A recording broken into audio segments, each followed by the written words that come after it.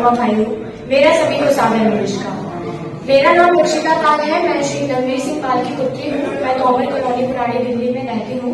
मैं कक्षा 11 में पुराड़ी के नालंदा मॉडल पब्लिक स्कूल में पढ़ती हूँ। आज हमारे समाज के सामने सबसे महत्वपूर्ण प्रश्न ये है कि वर्तमान में हमारे समाज की आर्थिक, सामाजिक, राजनीतिक और शैक्षणिक रूप में वास्तविक स्थिति क्या है। किसी भी समाज की आर्थिक और सामाजिक मजबूती इस बात पर निर्भर करती है कि वह समाज राजनीतिक और शैक्षणिक रूप से कितना मजबूत है और उस समाज की शासन और प्रशासन में कितनी भागीदारी है। जिस प्रकार से नाव सवारियों से पूरी भरी हो, लेकिन नाव के अंदर नाव को चलाने वाला चालक दल ना हो तो वह नाव चल नहीं सकती। बड़ी से बड़ी गाड़ी सवारियों से पूरी भरी हो, लेकिन गाड़ी के अंदर गाड़ी को चलाने वाला ड्राइवर ना हो तो वह गाड़ी चल नहीं सकती। ठीक उसी प्रकार से चाहे कोई भी समाज कितनी भी संख्या में क्यों ना निवास करता हो, लेकिन जब तक उस समाज के लोग जनता के द्वारा चुनकर देश की प्रशासन में नहीं जाएंगे, तब तक वह समाज मजबूत नहीं हो सकता।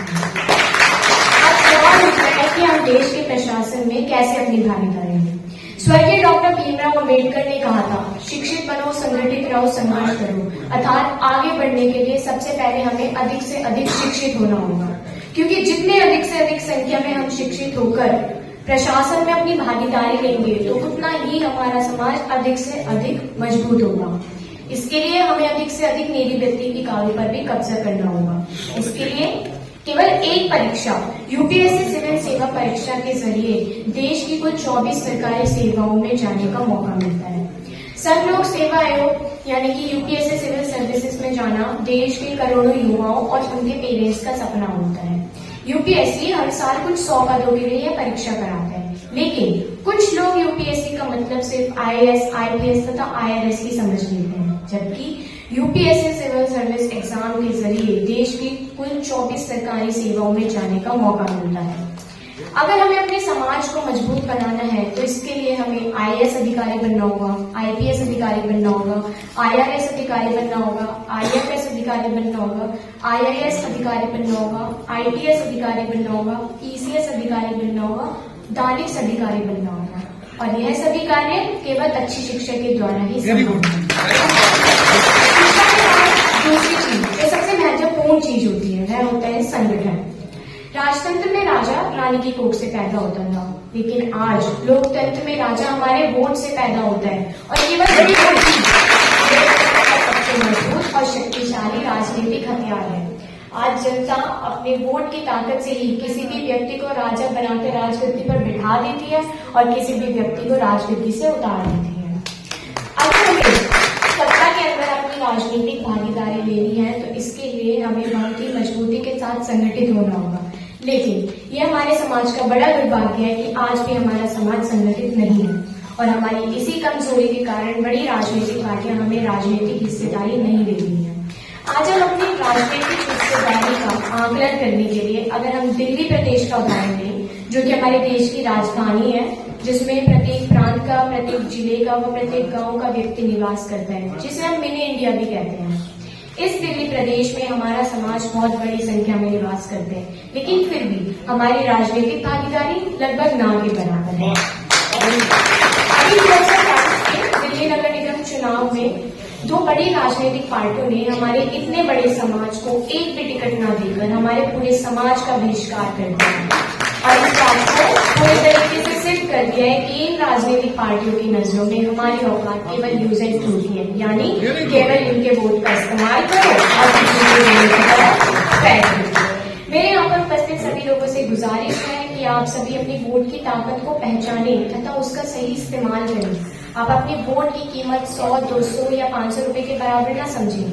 आप अपने वोट की कीमत किसी उपहार या वस्तु के बराबर ना समझें। आप अपने वोट की कीमत एक शराब की थैली के बराबर ना समझें। आप अपने वोट की कीमत किसी भी प्रकार के लालच की वस्तु के बराबर ना समझें। आपका एक वोट आपकी किस्मत बदल सकता है, आपका एक वोट आपके बच्चों की किस्मत बदल सकता है, आपका एक वोट पूरे समाज की किस्मत बदल सकता है। मैं आपके सामने कुछ उदाहरण पेश करती हूँ कि एक वोट की कितनी ताकत होती है। वर्ष 1776 में अमेरिका में मात्र एक वोट ज्यादा मिलने से जर्मन भाषा के स्थान पर अंग्रेजी राजभाषा मिली। 1875 में फ्रांस में मात्र एक वोट से राजतंत्र के स्थान पर गणतंत्र आया। वर्ष 1923 में मात्र एक वोट ज्यादा मिलने से हिटलर नाजी पार्टी का प्रमुख बना और हिटलर युग की शुरुआत हुई। वर्ष 1918 में सरदार पटेल अहमदाबाद म्यूनिसिपल कॉर्पोरेशन का चुनाव मात्र एक वोट से हार गए थे। वर्ष 1998 में भूतपूर्व प्रधानमंत्री श्री अटल बिहारी वाजपेयी की सरकार मात्र एक वोट से जीत गई थी। 2008 में राजस्थान की नाथद्वारा सीट से सीपी जोशी मात्र एक वोट से चुनाव हार गए थे और मजे की बात यह है कि उनके ड्राइवर को वोट डालने का समय भी नहीं मिला था। उत्तर प्रदेश जो देश का सबसे बड़ा प्रांत है, इस प्रदेश से राज्यसभा में वर्तमान समय में हमारे समाज का एक भी सदस्य नहीं है।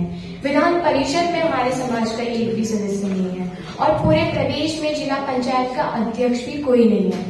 हालांकि जिला पंचायत के 39 सदस्य अवश्य पहली बार चुनकर आए हैं, जो कि भविष्य के लिए एक सुखद संदेश है, लेकिन वर्तमान समय में पूरे प्रदेश की विधानसभा में भी हमारे समाज का केवल एक ही एमएलए है। इसका मतलब बड़ी राजनीतिक पार्टियां हमारे इतने बड़े समाज को लगातार नजरअंदाज कर रही है।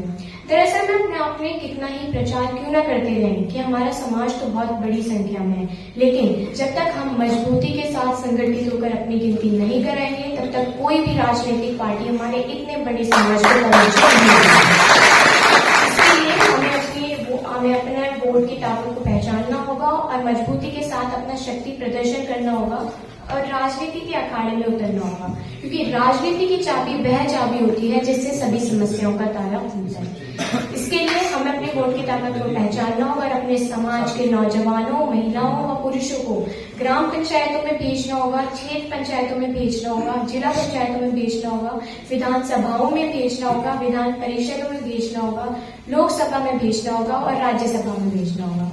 आप अपने एक वोट के माध्यम से अपने समाज का ग्राम प्रधान चुन सकते हैं, अपने समाज का क्षेत्र पंचायत का सदस्य चुन सकते हैं, अपने समाज का जिला पंचायत का सदस्य चुन सकते हैं, अपने समाज का काउंसलर पैदा कर सकते हैं, अपने समाज का एमएलए पैदा कर सकते हैं, अपने समाज का एमपी पैदा कर सकते हैं, अपने समाज का मुख्यमंत्री पैदा कर सकते हैं और यदि दृढ़ इच्छा शक्ति हुई तो अपने समाज का प्रधानमंत्री भी पैदा कर सकते हैं। मैं आपको ये भी बता देना चाहती हूँ कि समाज कैसे मजबूत होता है। आया बनने से समाज मजबूत नहीं होता, बल्कि आईएएस बनने से समाज मजबूत होता है। पियोन बनने से समाज मजबूत नहीं होता, बल्कि पीसीएस बनने से समाज मजबूत होता है। क्लर्क बनने से समाज मजबूत नहीं होता, बल्कि कलेक्टर बनने से समाज मजबूत होता है। जवान बनने से समाज मजबूत नहीं होता, बल्कि जज बनने से समाज मजबूत होता है। संतरी बनने से समाज मजबूत नहीं होता, बल्कि मंत्री बनने से समाज मजबूत होता है।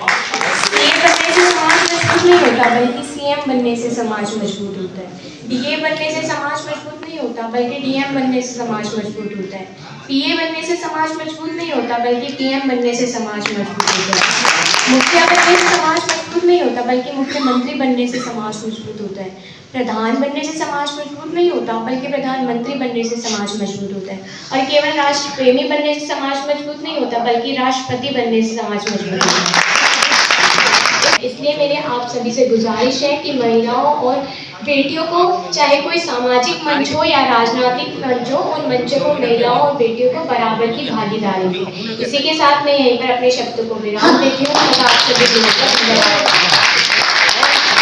अभी हमारी बहन लक्षिता पाल को ओबीसी महासभा दिल्ली प्रदेश की महिला अध्यक्ष संविधान देकर उनका स्वागत करेंगी और उनके पिताजी को भी बुला रहे हैं, साथ में जोरदार तालियों से स्वागत करेंगे। संविधान पढ़ने की उनको संविधान भी पढ़े।